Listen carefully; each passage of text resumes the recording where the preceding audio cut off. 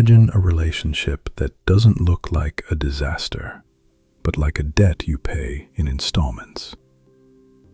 There isn't a single moment where everything breaks. There isn't one scene that would justify leaving in front of everyone. There's only the habit of paying. You pay with energy. You pay with peace. You pay with focus. You pay by giving in a little, every time, as if that's the price of being an adult. At first it feels normal because somewhere in your head you're carrying an old belief that real love is supposed to be hard. Then you miss the moment when hard stops being a phase and becomes a lifestyle. You walk through the door, and before a single word is said, your body already knows what the air in the room feels like. You're not afraid of drama. You're afraid of the small cut. You're afraid of that little sentence that sounds harmless, but always puts you beneath them. You're afraid of the look that tells you you're too much again. You're afraid of the sigh that ends a conversation before it even starts. And here's the trick. It's not bad enough to make you leave right away. It's just bad enough to slowly turn you into a smaller version of yourself. From the outside, everything can look fine. You function, you work, you laugh, you handle your responsibilities. You might even plan a future. But something changes inside you. You start choosing words like you're walking on glass. You start calculating when it's safe to speak and when it's smarter to stay quiet. You start wondering whether tonight you'll get warmth or coldness. And then the worst part happens. You get used to it. You get used to the lowered tone. You get used to the lack of tenderness. You get used to the fact that it's easier to stay silent than to be real. If Saturn is the symbol of weight, obligation, and cost, and Venus is the symbol of value, closeness, and the feeling that you're wanted as you are, then this is a story about love that turns into duty without reward. And the moon, as a symbol of emotional habit, keeps you tethered even when your mind already knows you're losing. This is not a story about weakness. This is a story about how you learned to keep paying. And every time you think about leaving, the same question shows up in your head. Is it really that bad? That question is what keeps the slow loss alive. Because a relationship that slowly drains you rarely gives you one clear reason. It gives you 100 small ones. Each one is too small to feel like a verdict, but all of them together are your life. And when you finally see that, you start feeling something that can be worse than sadness. You start feeling that you quietly betrayed yourself, without witnesses, without drama, and without a single moment when it looked obvious. This usually starts small, which is exactly why it works.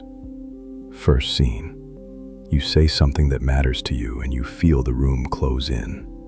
Not through a fight, but through a cold pivot, like you've become annoying just by speaking. Second scene. You're having a good day. You're even proud of yourself, and you're met with a comment that shrinks it. It doesn't have to be loud. It just has to be sharp.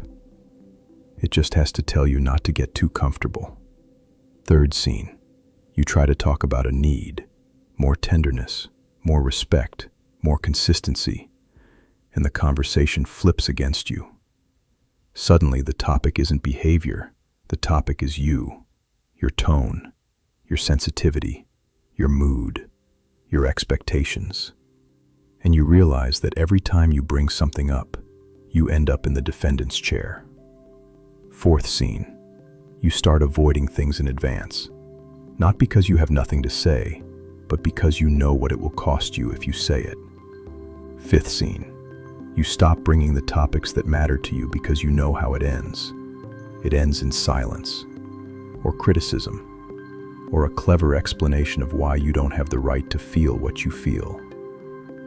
Sixth scene. You start chasing the perfect wording. You look for the perfect moment. You look for the perfect tone, as if the relationship demands technical precision instead of human warmth.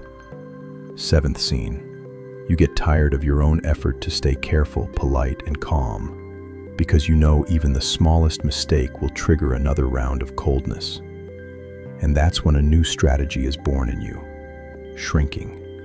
Less talking. Less emotion. Fewer needs. Less hope. That isn't maturity. That is adaptation. The most dangerous part is that everything can look tolerable. There's no punch that wakes you up. There's no ugly ending that gives you moral permission to leave. There's just chronic lack. Lack of support. Lack of peace. Lack of warmth. Lack of feeling welcome. Then time steps in. Time works like a quiet blackmailer. The longer it goes on, the more you attach yourself to what you've invested. You start believing that leaving means you wasted everything. That is the most expensive lie. Leaving doesn't erase the past. Leaving stops the loss. When you don't understand that, you stay to justify the past, not because there's a future worth building.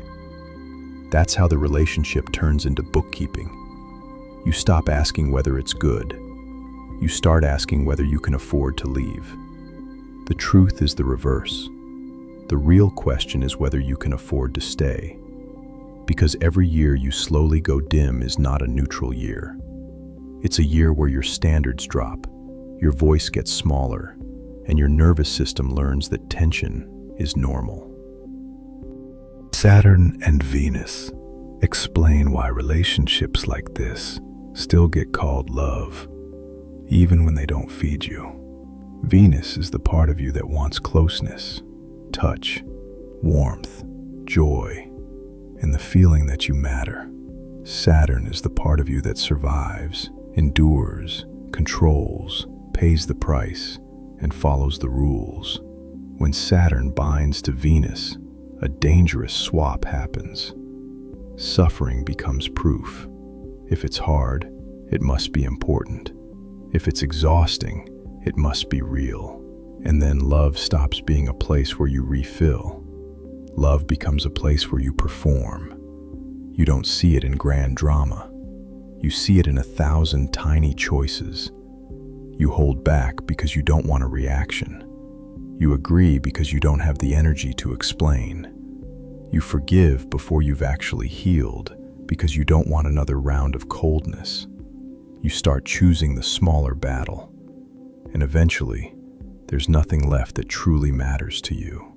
You enter the relationship as a person, and you stay as the relationship's manager. You keep the structure, you keep the peace, you put out fires, you do emotional maintenance, and over time you start calling that maturity. But maturity is not tolerating chronic lack. Maturity is seeing the cost clearly and seeing reciprocity clearly. Saturn also does another thing. It creates pride in endurance. Like you're special because you can carry more than others. Like your ability to tolerate is proof of character. In life, sometimes it is. In love, it becomes fuel for the wrong system. Because a relationship that slowly drains you uses your strength as permission not to change. The stronger you are, the colder the system can be. The more capable you are, the more passive the other person can stay. And then a quiet hope forms in you. If I endure a little longer, I'll get warmth. If I'm good a little longer, I'll get tenderness. If I stay mature a little longer, I'll finally be seen. That is Saturn's illusion in love. There is no diploma. There is no secret moment where someone suddenly becomes loving just because you suffered long enough. People change when they have motivation, responsibility, and capacity. They do not change because you became perfect. So the question here is simple. Is there reciprocity? Or is your loyalty just filling the holes? Loyalty without reciprocity is not a virtue. It's a slow way to lose yourself while believing you're doing the right thing. And that is Saturn's most dangerous mask. It makes loss look like character. The moon explains why you stay. even when everything is clear. Because the moon is not logic. The moon is habit. The moon is emotional memory. It chooses what is familiar, even when it hurts. That's why these relationships cling to you like an old shirt that scratches but feels like yours. In your head you say, "This isn't good." In your body you say, "This makes sense to me." That's where the loop forms. When a rare moment of calm arrives, you feel relief and you think things are getting better. When the coldness returns, you tell yourself it's just a phase. Your emotions begin to orbit occasional relief, not steady goodness. A lot of people call that depth. It's conditioning. The moon remembers your first lessons about love. It remembers what it meant to be accepted. It remembers what you had to do to get peace. If you learned that peace comes after tension, then tension becomes the normal opening act. It becomes a ritual, a little coldness, a little punishment, then a little relief. And the mind starts reading it as a relationship that still has a heart. It's just hard to reach. Adult love shouldn't be a system of occasional relief. It should be steady kindness, not a reward after tension. The moon also does something else. It makes leaving feel emotionally forbidden. A feeling rises in you that you're abandoning something that is yours, even when it's bad for you. Like you're violating your own code. So in your head you have arguments, and in your body you have guilt. Then the fear of silence after a breakup shows up. Not fear of being alone, but fear that you'll finally feel everything you've been holding down for years. While you're in the relationship, you're always occupied.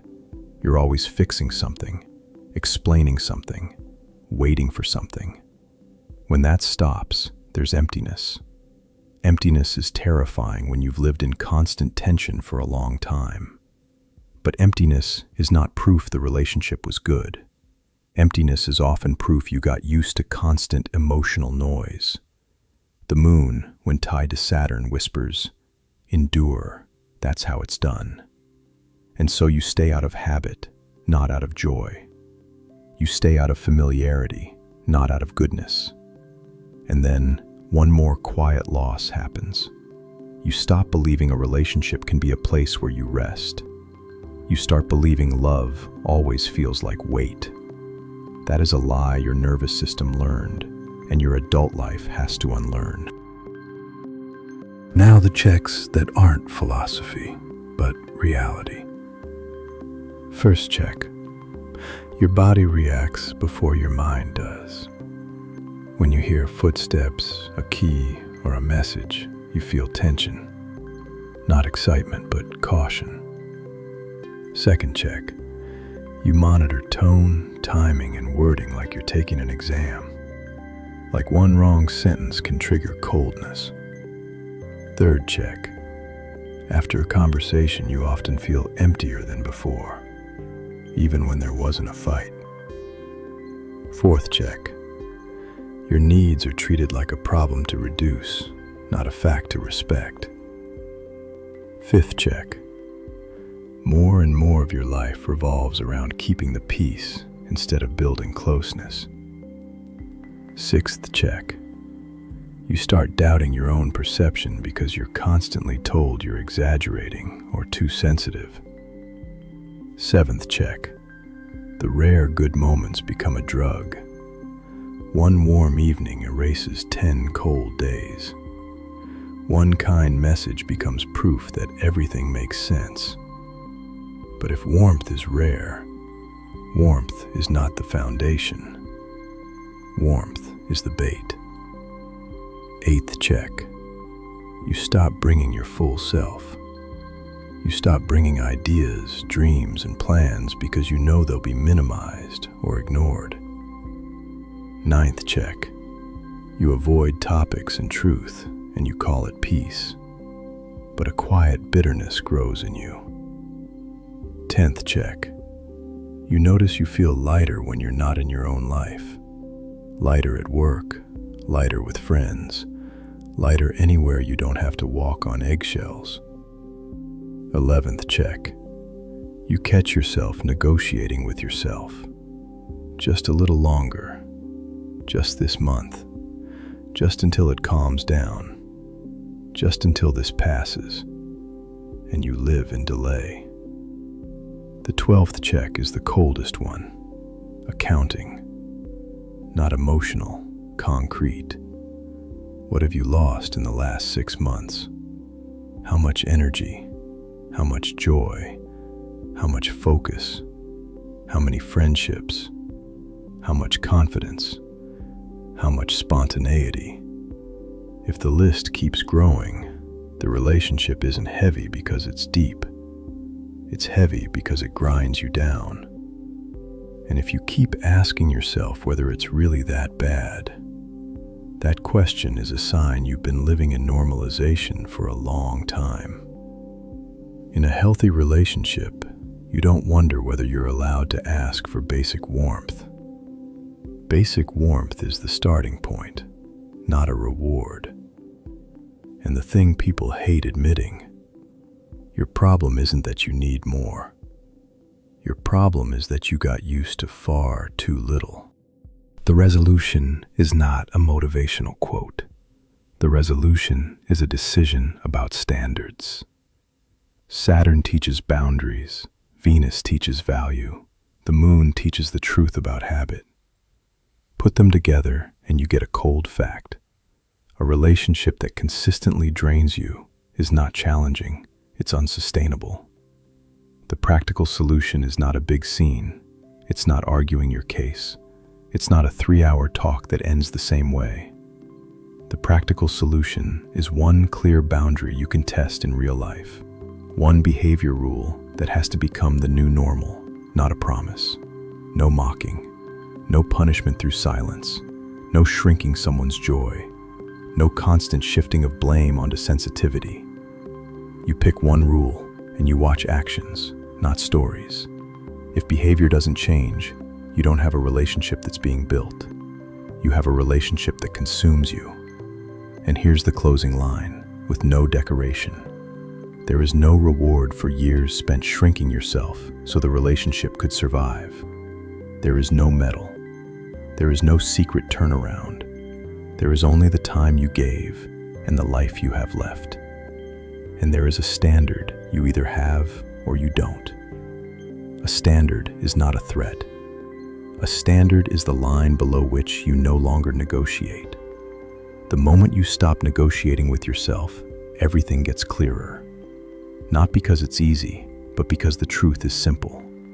You can't build a life inside a relationship that slowly turns you off.